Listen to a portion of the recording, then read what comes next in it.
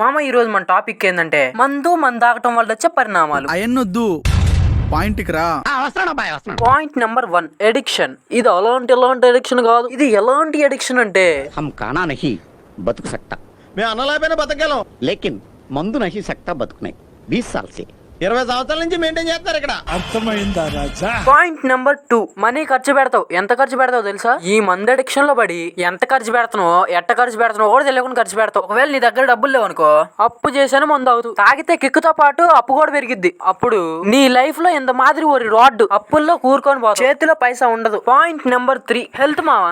ఎంత మంది తాగిన తర్వాత నీ హెల్త్ అట్ట మంచిగా ఉంటుంది మావా. ఏదో ఒక జబ్బు వచ్చింది, ఆ వచ్చిన జబ్బు ఊకినా తగ్గిద్దా, ట్రీట్మెంట్ తీసుకోవాలా. ఆ ట్రీట్మెంట్ ఊకినా వచ్చిద్దా, డబ్బులు కావాలంటే అప్పు చేయాలా. అప్పు ఎవడెత్తరు? ఇయ్యడుగా. ఎందుకంటే అప్పటికే తాగడానికి అప్పులు చేసినావు. అప్పు ఎవడు ఇయ్యడు. కాబట్టి ట్రీట్మెంట్ చేయించుకోలేక చచ్చిపోతావు. లేదు, సుఖం లేదు, దెబ్బ మీద దెబ్బ.